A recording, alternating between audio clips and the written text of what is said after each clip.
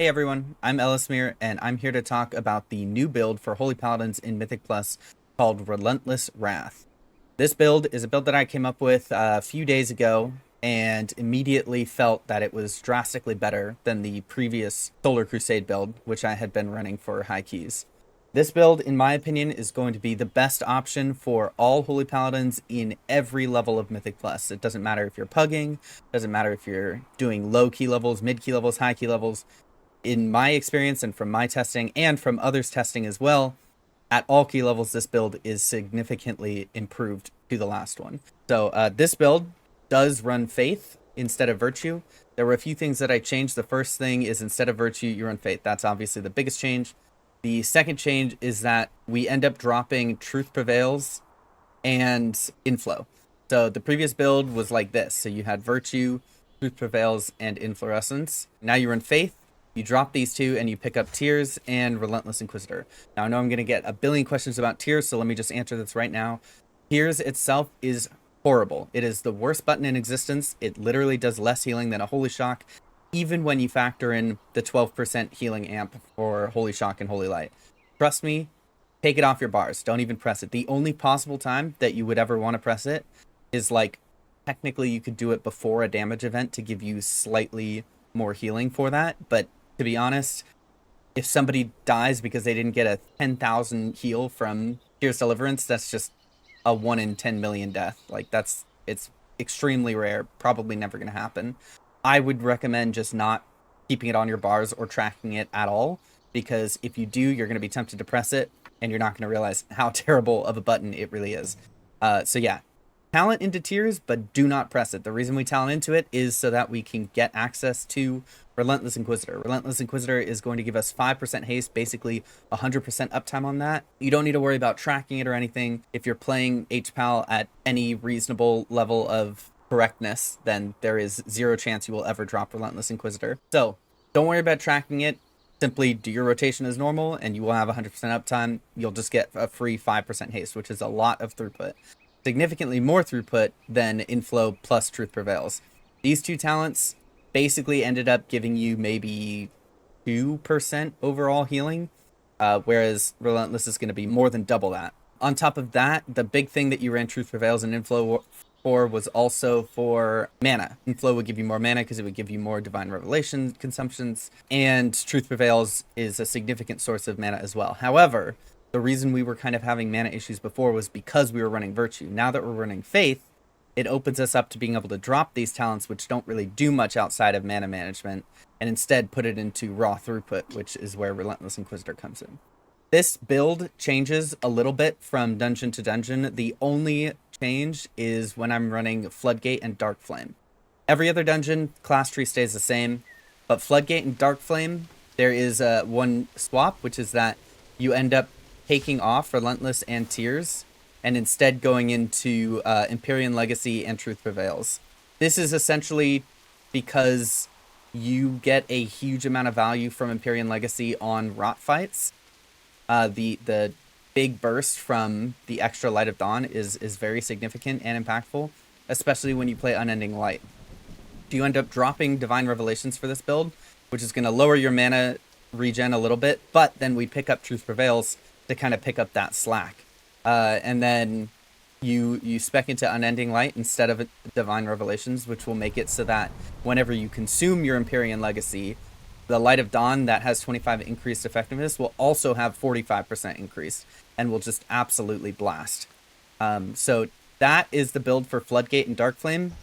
Specifically, you run it in these dungeons because of Candle King in Dark Flame, and for Floodgate, you run it because of basically every single boss except the second. That's the only thing that changes from dungeon to dungeon. Otherwise, it's always the same builds. I think the next question that people have often is, why do we take Faith instead of Virtue? So this is going to be the most controversial thing about this build. A lot of people feel like if you drop Virtue, you're going to lose a ton of your healing. But what a lot of people don't realize is that our AoE healing did not actually come from Virtue. Virtue was more of a placebo effect than anything else. It was nice for the DR, but now we have permanent DR. And not only do we have permanent DR on 2 players that you can kind of switch around based on what's needed, which will give you significantly more tank survivability because you can keep a beacon on your tank for trash and then swap it to a squishy ranged for AoE damage events. But on top of that, it's just going to stabilize our healing a lot. Before with Virtue, we had a lot of like big burst windows, and now we just have constant healing. So Faith definitely is better for all damage profiles except for like one niche profile where it's like damage only comes out once every 15 seconds, which happens in the trash in Rookery a decent amount in the first area, those birds, the thunderstorm birds. That and then the charged shots in Motherlode from the Azurite launcher dudes at the very end of the dungeon. Those two spots aren't a big deal. You still have your two, as long as you put your beacons on 2 range DPS, you should be chilling. It's only if you forget to swap it off of your tank during those like heavy AoE moments that you'll actually feel the loss of Virtue.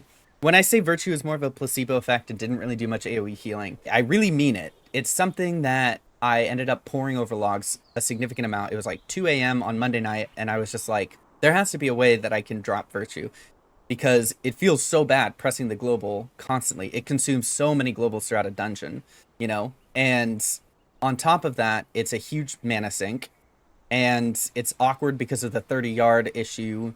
There are a lot of downsides to using Virtue, so I was just brainstorming. I'm like, there has to be a way that I can give my tank more survivability and get more consistent healing instead of just these burst healing windows. And what I realized when I was looking over those logs was that if you look at Virtue windows, even though it feels like Virtue is doing a ton of AoE healing, it's actually not. It does about the same as Faith does throughout the course of a dungeon, if not a little bit less.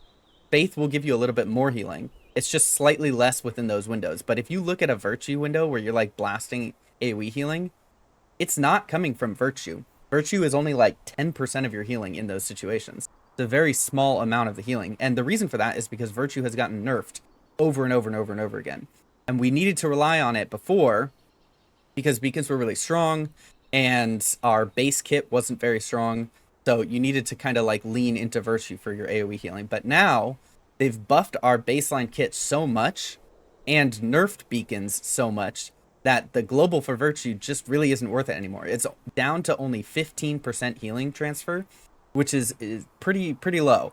And if you're running Faith, then you just get that beacon transfer constantly, not to mention permanent DR on those two players. It's very, very, very strong and makes it so that you just save tons of globals throughout a dungeon. You can focus more on damage, and your healing is going to improve too in 99% of situations. As for like who you put beacons on, your Faith should definitely, like, both beacons, just to dispel a myth, both beacons heal for the same amount. So it doesn't matter which one you put on who. None of that matters. I recommend always keeping one beacon on a ranged DPS, and then the other beacon you should rotate between a tank and another squishy DPS anytime that there's AoE healing. So I keep it on my tank the whole time, and then anytime there's like AoE healing or like a boss encounter, then I'll swap it from the tank to a squishy DPS player. Never beacon yourself. There are lots of reasons for that, but mainly our Eternal Flame heals ourselves for 25% more than it heals other people. So when you use Eternal Flame in AoE situations and you Eternal Flame yourself, that increased healing is being transferred to your beacons. So it's really good to keep beacons on other players and then Eternal Flame yourself instead, because you'll get increased value from the self-healing buff. So I hope that answers all your questions. If there are any other questions, please feel free to leave comments, and I will include the builds in the description below. That's all for now. Thank you guys for watching, and I hope this was helpful.